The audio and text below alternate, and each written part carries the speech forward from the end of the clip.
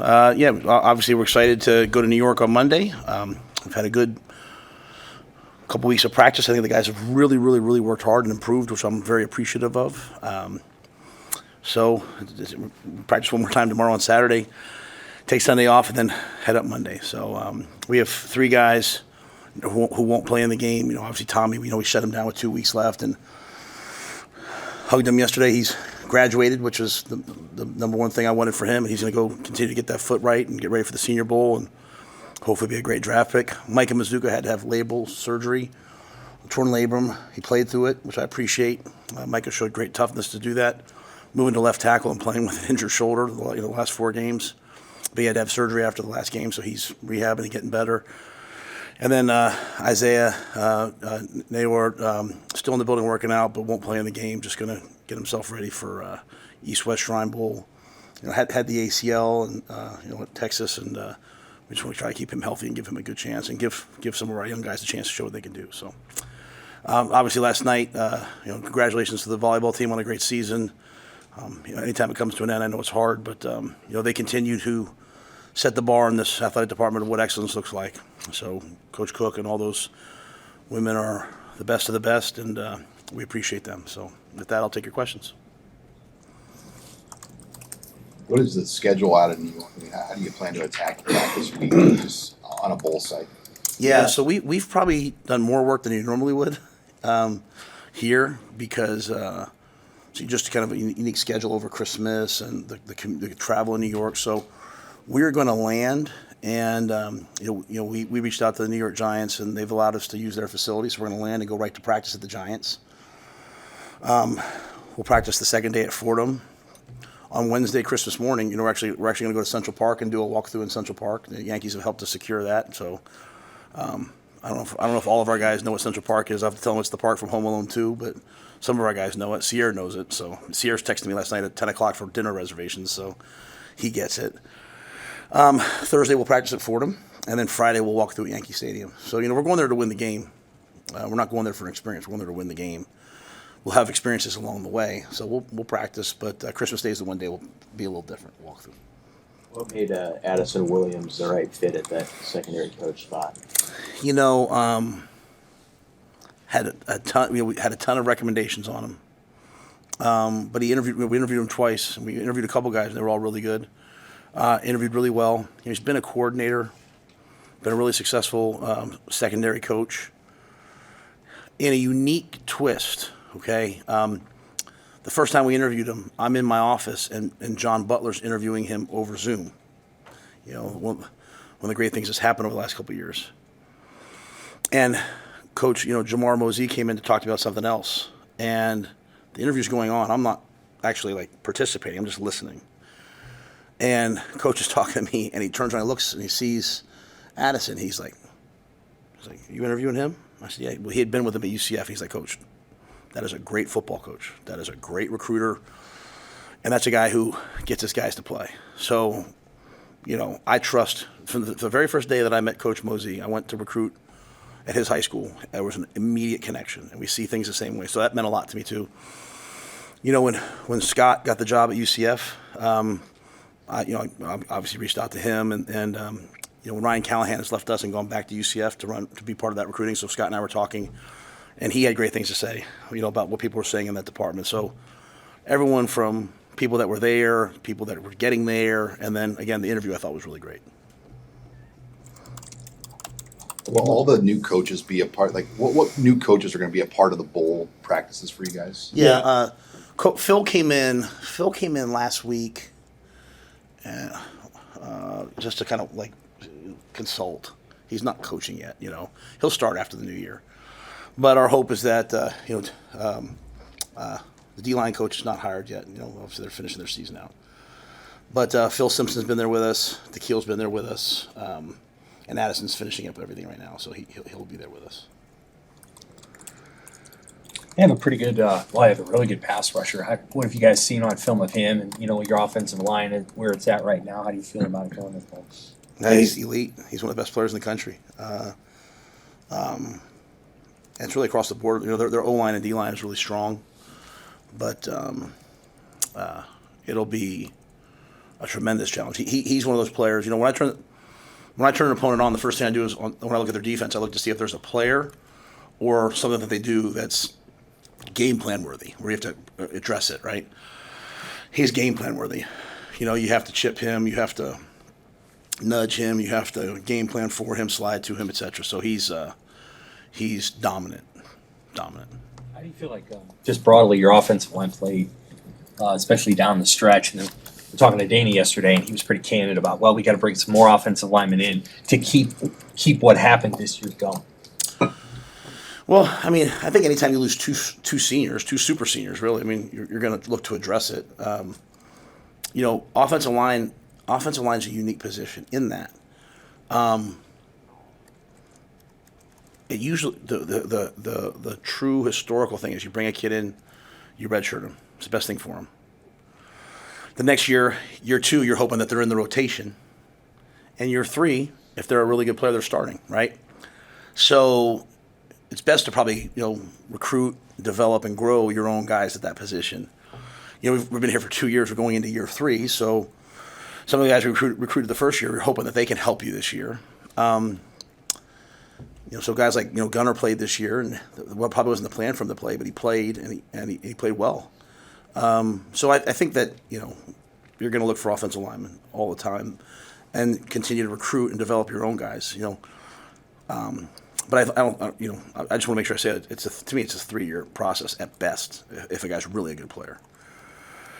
I thought the offensive line really the last 4 to 5 weeks had a dramatic uptick. Played better. I thought when we part of it's just development and growth, and part of it was settling down maybe a little bit of what we were doing. You know, kind of what Dana's talked about. Like, Dana's not changed anything; he's just shrunken down what we were doing, and I think that's helped.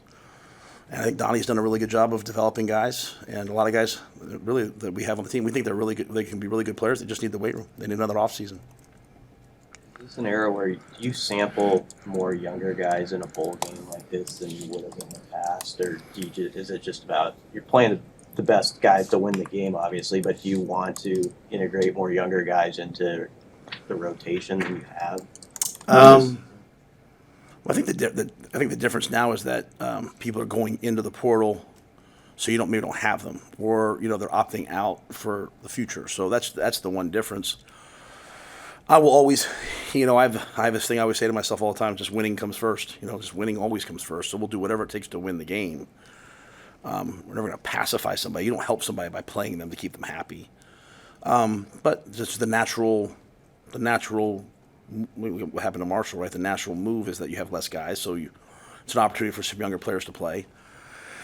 With that being said, there's some guys that we did redshirt knowing that they'd play in the postseason, so we have an opportunity to play them. So yeah, I think you'll see some other guys in there, but I also feel like, you know, the true measure of a man is to like leave a place better than you found it. And so if you were here and you built yourself here, and you built this team to the point where they can get to bowl eligible, and you know, end that drought, you should probably play in the game. So if they want to play, then we're going to play them. So to me, it's the end of this year, and it's the first game of next year. So it's probably a fine line there, and it's probably just, you know, it's up to each individual, and we look at each individual maybe separately.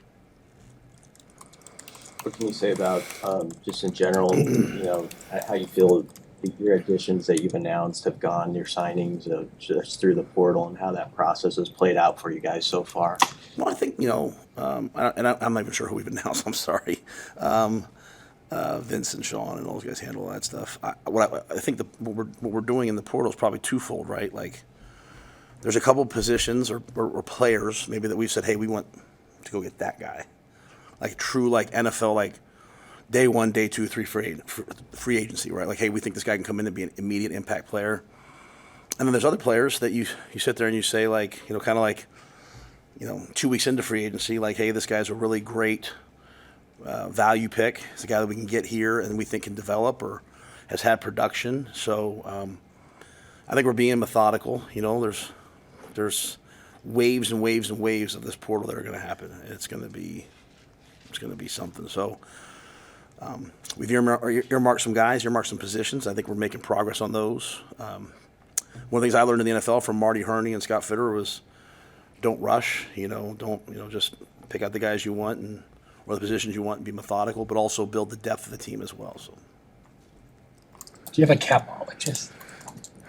well, Sean Patton manages sort of all of that, along with Jonathan Bateman from an athletic department standpoint. Haven Fields, has to sign off on everything because when it comes to revenue share next year, there is a cap. So we're in this weird space right now where people have the ability to use NIL up until July 1st. So there's a lot of teams that maybe are aggregating a lot of money and giving a lot of guys signing bonuses, and then hopefully everyone will kind of come to where we're all sort of in the same revenue share spot at some point. So Sean lives that daily. I don't have to. I can't do a spreadsheet, so Sean's on that. But it's a full-time job, the managing the cap per se. Does he have to tell you, here's what you have available to offer? Or, how does that conversation? Well, I mean, we meet daily on sort of where we're at and what we have and allocations and all of that. And, so when you have a cap, part of it is just value, right? Like, hey, we value this position more than this position. And we value, so the hard part is always letting your own players go. There's some players on your team that, if you're a good program and you practice the right way and people respect it, they're going to try to come get your coaches and players. So yeah, Sean's kind of managing that all the time, and I'm working with him. Members of the 25 class here now, and I guess if so, I mean, what are the benefits of those guys being with you during this whole process? I think it's a great, indoctrination into how we do things. They can't practice until the 21st, until school's out. So some guys are starting to get here right now. I think we'll go on the bowl trip with, I don't know what the final number is, maybe 8 or so. And I think it'll be great for them just to kind of see the way we do things. Some of them will get a chance to practice. We'll get a chance to start to work with them. And when they show up in January, I think it'll be way better for them. So first time I've ever had that rule, and Susan's worked really hard on it. I think it's been really good. How's it working offensively with Holgerson? Is he implementing his system now, or does that start after the bowl? I think I think Dana is not necessarily tied to a system. He's not air raid. No, but he's very quick to say that. Hey, I'm not putting in the air raid. And we always want to have concepts and systems that prepare guys for the National Football League. And so I think what he's just doing is he just continues to narrow down who we are and what we do. And so he's running it. He's in charge of it. He's doing it. And who we are moving forward, I think will come down more to who we have and what they're good at, I think, than anything else. So, but he's taken this month. I mean, he's made some changes, but not a wholesale shift. Is it a language? Does it switch to his languages eventually? No, I think he I asked him. I said, after the last game, I was like, are we going to start, using different language, your words, your system? And he was like, no, the guys know this. They know these words. They know these systems. There's some things that he's changed a couple formations. I've called it this. This doesn't make sense. So he's made some changes, but for the most part, he's just kind of indoctrinated himself into kind of what was there. Hey, how do you feel about your running back room? Is the guys you have right now, is that good enough for you? Yeah. Well, yeah. I mean, I would never sit here and say the guys aren't good enough. You know what I mean? I think Emmett really played well down the stretch. He really fits kind of Dana's vision of what we are. We don't want to have running backs who can only run the football and can't catch. We don't want to have running backs who can't protect. So Emmett's a guy that can run the football, catch the football, protect. I think when Dana got here, he loved Ramir. Obviously, his career's coming to an end, but he was hurt down the stretch. But I think he really found value in him. I've been on record many, many, many times talking about what I feel about Quentin Ives. I think he's really, really, really a good player, and I feel the same way about Mekhi Nelson. So, does that mean that if someone came along, we wouldn't look? I mean, this is ever changing. This is not this is not a deal where even when you come to a agreement with a player, like they sign, like in the NFL, free agency happens, you make a deal with the agent, they sign a contract, and that's not this. This is it can change tomorrow. So we're always looking, but our running back room we can win with. and we feel very, very strongly we can win with the room. Was the Dowdell news a surprise to you the way that played out so suddenly this week? Oh, there was nothing sudden about it. I mean, there's nothing sudden about any of this. I love Dante, and Dante loved it here. Let me say it. Dante loved it here. Dante, yeah, I have just nothing but elite things to say about Dante. This was a long, hard, arduous process for him, and in the end, he went in the portal and took an opportunity.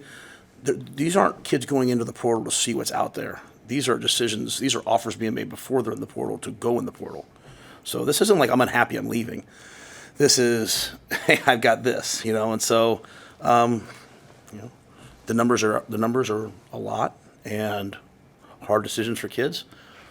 Once you've played for me one day, you've played for me for the rest of your life, So I love Dante.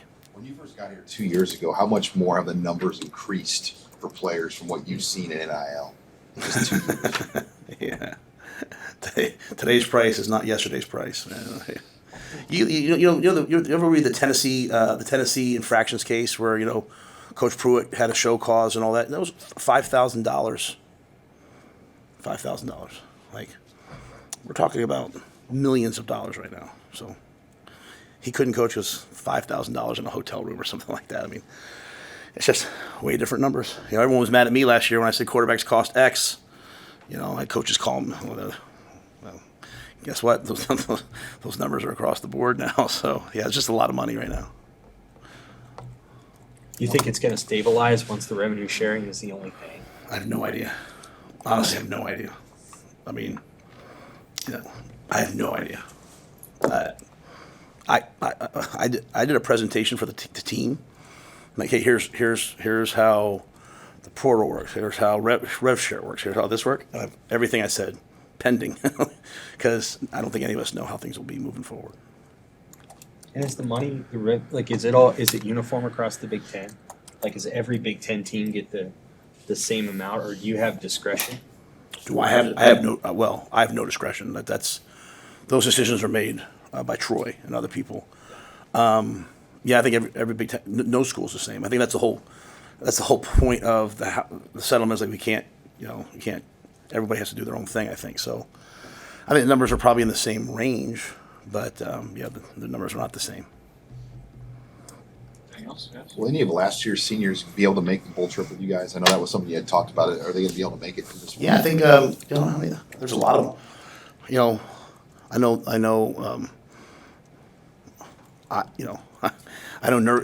I know because it went on my credit card. I know Nuri's flying in from Germany, so thanks, Nuri.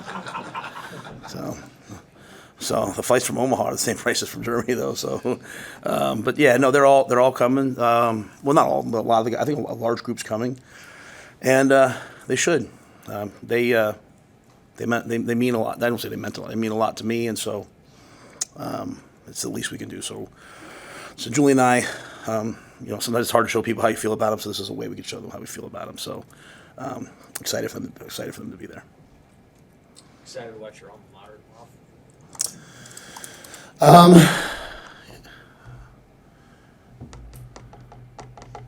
excited for the games. Okay. I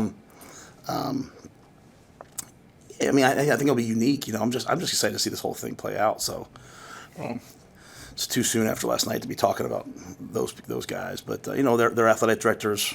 I count amongst one of my best friends.